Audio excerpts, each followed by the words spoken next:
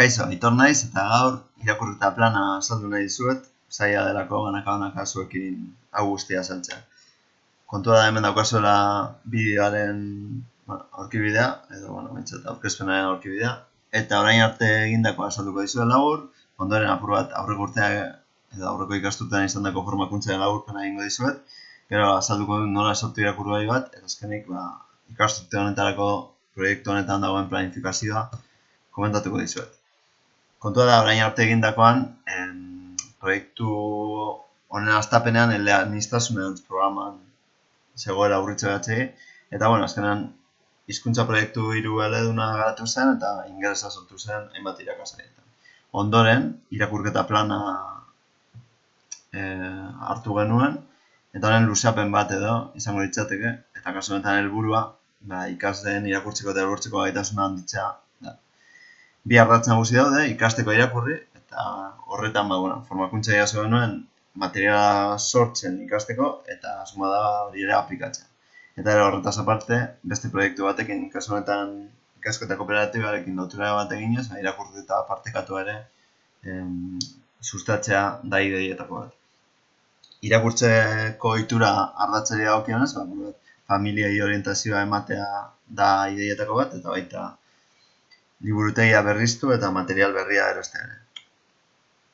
Formakuntzari dagokionez, agurtzan erauzirik etorri zitzaigun, eta hasieran planteatu zigun testuek eraskotako zailtasuna dituztela, eta gu kontziente izan behar gara, eta testu egokiak landu behar ditugula, ulermena landuz nahi badugu.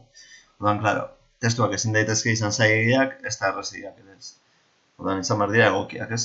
Eta, berak planteatzen zuena da, ea benetan lantzen dugun ulermena, egiten ditugun ulermen ariketetan.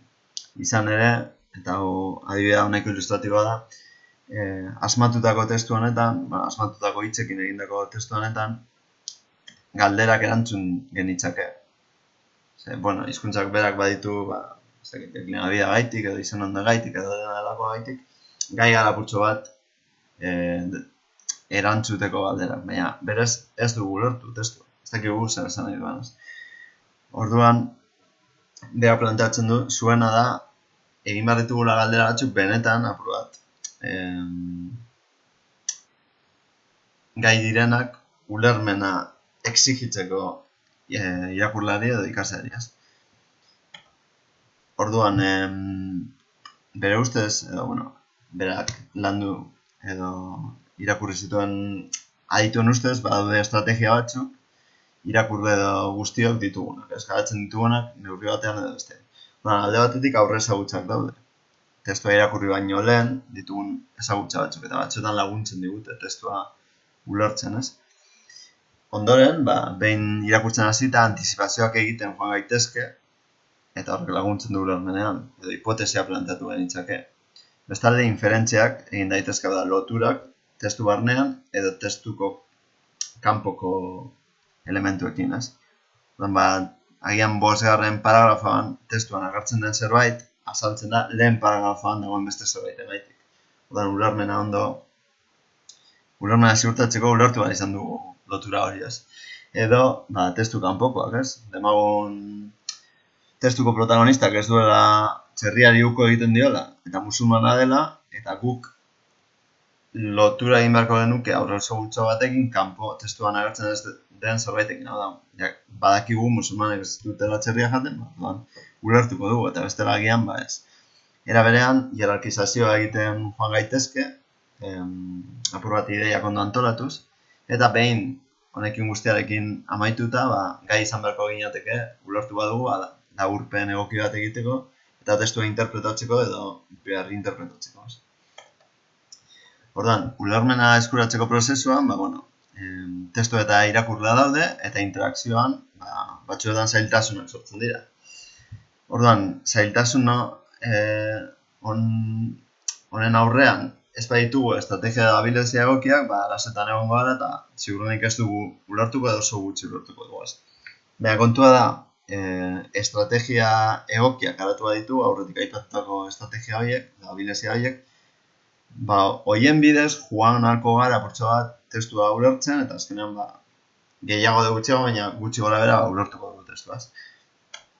Orduan, zeintzu dira estrategiak? Alde batetik, agurtzanek aipatzen zituen, kodifikazioa lerroaren jarraipena, hitzen konposak eta edo ideian adierazpena mikroabilezia bezala, eta gero makroabilezia bezala, hipotesiak antizipazioa, estapenak ideia nagusiak identifikatzea, inferitzea, hierarkizazioa, laburpena eta interpretazioa. Orduan, hau guztia denborarekin garatzen da, orduan, suposatzen dut gure ikasek azkenean estrategia guztiak neurri batean bai dituztela, baina guk sustatu behar duguna da hauetako bakoitza gehiago garatzea eta apurka haietako bakoitza hobeto eginez, azkenean guztien kombinazioarekin ikaslea testua ulertzeko edo hobeto ulertzeko gai izateaz. Hori izango litzateke apur bat helburua.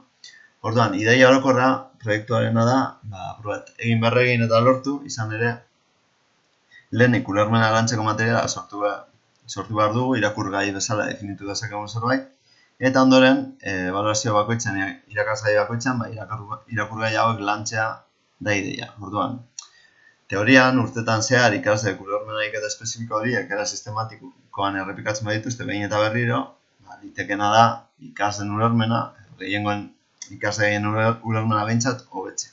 Mona Lisa pintatzen bezala, edo beste edozein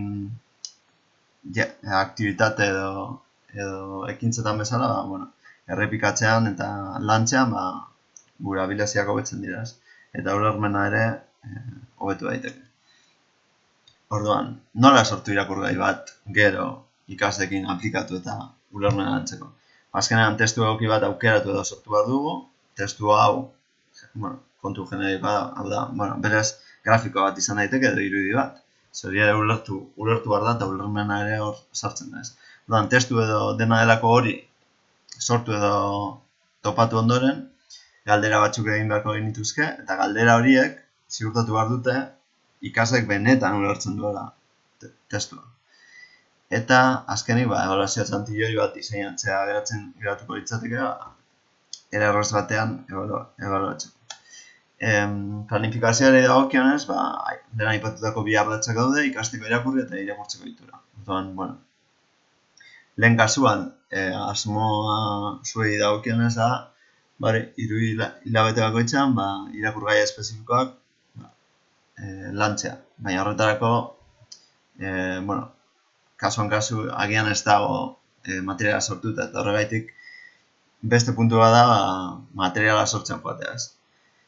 Horretaz gain, irakurketa partekatua ere sustatzea da ideietako bat, eta azkenik, liburutegiko erabilerari buruzko protokola egitea, baina hori nire kontu. Eta gero, irakurtzeko ohiturari dagokionez, eginda dago, izan ere familiai orientazioa bidali zitzaien, eta eskolaren inguruak eskaintzen dituen aukerak ere aztertu dira. Orduan, geratzen zaiguna aurten da materiala sortzea eta materiala aplikatzen, eta besterik ez. Eta, hau izan da dena, eta espero dut, bereziki aurreko urtean, edo aurreko ikasturtean gurekin egon ezinetenak, purtsu bat hobeto ulertzea proiektua, ulertzen dut oso zaila dela, beste ikastetxe batera joan, eta beste proiektu batekin topatzea, eta, klaro, zuek ez duzu egiazo formakuntza, ez dugu ez informaziorik, eta, azkenean oso komplikatua da kontu hauek era egokian kudeatzea, eta aurrera eramatea. Orduan, hau izan da dena, eta besterik gabe, edozein dudarako eskuragarri nago. Ondo izan, agur.